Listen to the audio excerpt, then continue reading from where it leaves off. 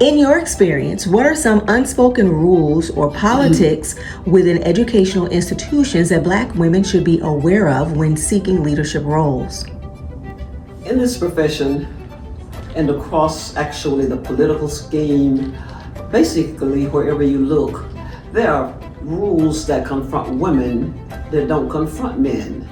There are assessments that are made, there are parameters that are established that say things about women that are not said about men, and we have to be aware of that. For example, one is that they are too soft and can't make decisions. Who said so? In many of the relationships that we have, women have to make the decisions because they have husbands who are not astute at decision making. While they allow the husband or friend to make it appear that he is making the decisions, behind the scene, the woman is making the decisions for that household. And so we do have the ability to do that. But if you look at the overall picture, you will be given the information, or at least help to believe, that women are soft and can't make good decisions. In terms of the progress, the key advances, and even the setbacks, the opportunities for Black women, society has defined them very clearly. They were defined first for white women who started moving out before us. Then after we moved in, they became more clearly defined and with more selectivity and reasons not to include us than with others. And so we have to work through these. However, research shows that Black women's representation reached a record high in 2025 in state legislations, in mayoral seats, and other governmental positions. Now keep that in mind. But conversely, records show that there are still several areas where systemic inequities remain for Black women. There is no governor in 34 states. No, there's never been a Black governor, woman governor in 34 states. As of July 2025, there are no Black women serving in federal executive offices in the current presidential cabinet. None, nowhere. Additionally, no Black women currently serve in legislatures in 5 states: Hawaii, Idaho, Montana, North Dakota, and South Dakota. What are some of the reasons for this? What are some of the problems with this? And how do we confront it?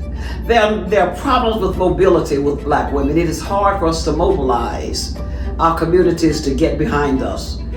Even in our own communities, there is the feeling of women can't lead well. And so we have to put our best foot forward and work really hard to ensure that when we step forward, they're seeing us at our best. Black leaders have become what I call too white as it relates to Black women. They kind of say, she can't do that. She gonna try to run for that? Yes, I am going to try to run for that, and if you're not careful, I will win. I am a Black woman, but I have the potential to do this just as much, and most of the time more, than most of the people who are running for it. And that's to the detriment of Black women. In addition, let me share with you a few things that I think you ought to do, a few rules to follow. As much as possible, stay in the middle of the road until you learn the lay of the land. Don't step out too far on issues until you really know what you're talking about, because they will take that same piece and use it against you over and over again. Again, show respect at all levels. Be just as respectful to the janitor as you are to the president of the organization. They have a vote, and they will talk to their friends, and they have ways of supporting you, and that's important.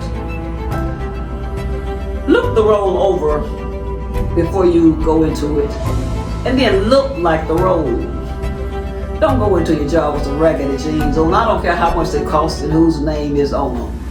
There are those who are there, and that's a problem in politics and other places today. There are those who are there who will not vote for you simply based on that piece. So look the role, whatever it is that you're running for. Be sure that you look the role. Be prepared. Learn how to collaborate. Learn how to integrate technology, friendship, leadership. Learn how to integrate all of those things into the kind of person that you're going to be, because you are going to run into political problems and educational problems, administrative problems that will require you to deal with all of these issues. So be prepared. Be authentic. Be who you are. There are those of us who can put up a good front, put on a good show, but when you get down to it, there's not much to us. So ensure that you become the best person that you can be and present that at all times. Be your authentic self. Engage with whoever is in your organization. If you're a teacher, engage with parents. I remember at one school I went to, it was an older man who was the janitor, an older black man. All of the men in the school were Mr. So-and-so and Mr. So-and-so, but the janitor was Brother Bell. Well, at a principal's meeting, I asked, why do you call all of the other men Mr. So-and-so, and you call the janitor Brother Bell? Well, nobody could give me an answer, as you know. And my directive was, all grown men at this school will be called Mr.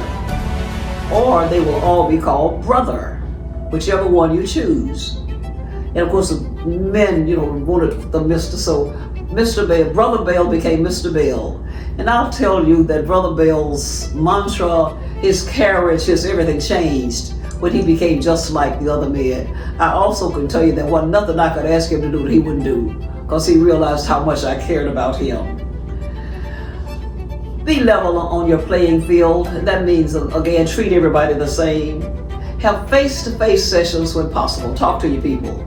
I know that today virtual is the piece, but when it's possible, sit where you can watch body language, sit where you can watch head nods, sit where you can see what is being taken in and what is being rejected, so that you know how to act. Again, look like a leader. Wear your church clothes. Anybody remember when you had church clothes and you put your church clothes on Sunday, went to church, and the first thing that you did when you came home from church was to pull them off and hang them in what was then called the shepherd robe. I don't know if anybody, there were no closets, there were shepherd robes, and hang it sometimes behind the door, wherever you could. But look the part. Read current books about what you're doing, whatever it is. Be current. Be able to speak the language, and know that you can be professional and proficient in your work. Create and what I mean by reading books is create an internal knowledge base for yourself. For example, if you are going to run for president of an organization, begin before you run for president to learn how to carry a motion. Begin to know how to make an agenda. Begin to know how to have your financial report done. Learn about the position that you're going to be taking and be prepared to operate from that perspective, so that you are in charge and can carry out the things that you won't carry out. Another piece for leadership is looking at your organization and determining what is it that I want this organization to be and do. That means that that you can look at the financial piece, you can look at the membership piece. Do I want to increase my numbers? And even sometimes we have to say, we've taken in too many, and we don't need to take it anymore. But look at your membership, look at your programming, look at your community service, look at whatever it is that you're doing. You won't be able to concentrate heavily on all of them every year, but decide what two, for example, that you want to do this year. Do I want to increase membership? Do I want to ensure that my programming is helping the young people and is growing them into the kind of adults who are going to take on the leadership? Am I helping in my community by helping those who are less fortunate than I am? What am I doing in terms of community service? What is it that you want to specialize in, that you want to put hooks onto, and that this is what we're going to work on this year. And then decide some programming that you will recommend that will go to that piece. Those are pieces that can help you as you attempt to move forward in what can be a land that may be barren to some because they have not done that kind of political training. Boost confidence in your members. Develop your skills. All of us have some kinds of skills to do things. Whatever your skill is, develop that skill so that you can use it effectively to help your organization to grow. And as you move forward in either the political or the administrative or whatever the role that it is that you want to move forward, please remember, be fair, be faithful, and sometimes be a little funny. Make them smile and laugh and be happy, and you'll have a growing organization.